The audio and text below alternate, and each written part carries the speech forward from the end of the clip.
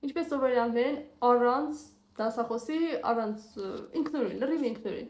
Իմ գրքի միջոցով հիմա իրար հետ սովորենք, պես թե ինչքան հեշտ է։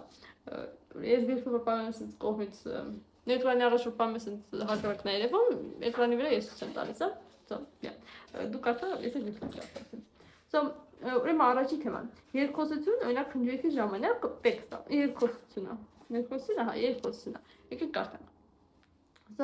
Who is that over there? Who is that over there? Ով է այնտեղ, փոքր գրած է։ Կամ կարաս հայերեն տառերով կարդաս. Who is that over there? Եթե բառերը չգրած։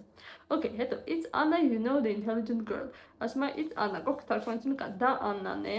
դու գիտես, խելացի աղջիկը կամ ինտելիգենտ աղջիկը։ Ու հայերենով գրածա,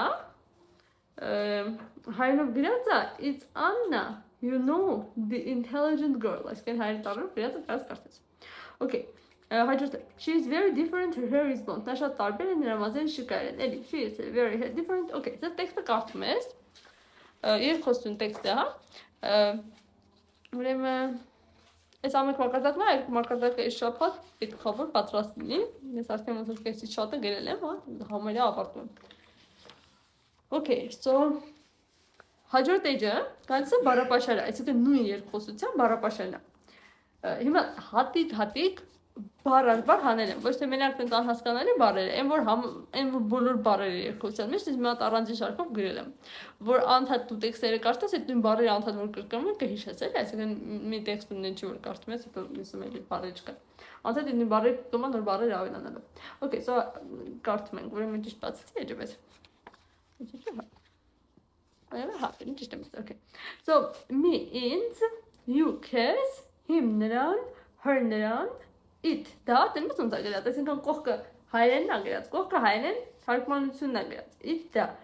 us մեզ, դեմ նրանց, բառերը ասենց հերթով ուրեմն կարդում ես, այսինքն պոյկի կարաս կարդաս, մի քանի անգամ կարդալով է կհիշես, կամ կարաս մարդ կա օրինակ սենց անում, սենց հայերենը փակում է ձեռով, հա,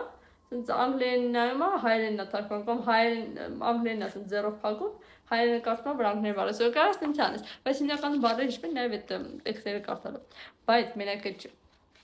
Ուրեմն հետո դրանից հետո գալիս է քրեականություն, բայց մինչև քրեականության դեռ խոմար ավելի բան է, սպասի, ասեմ։ Ուրեմն խոսակցականի համար ինչն է ամենակարևորը, խոսակցականի համար ամենակարևորը նախադասություններ կազմելն է։ Ուրեմն այստեղ բաղադրություններ կա, որ գրած է հայերենը, դու պետք է այդ հայերենը թարգմանես, տես, ասում եմ օրինակ, ասում եմ գիրքը այստեղ է։ Օրինակ դու այդ կողքը գրես անգլերենով, գիրքը այստեղ է, the book is here, հետո պատասխանել կստուգես։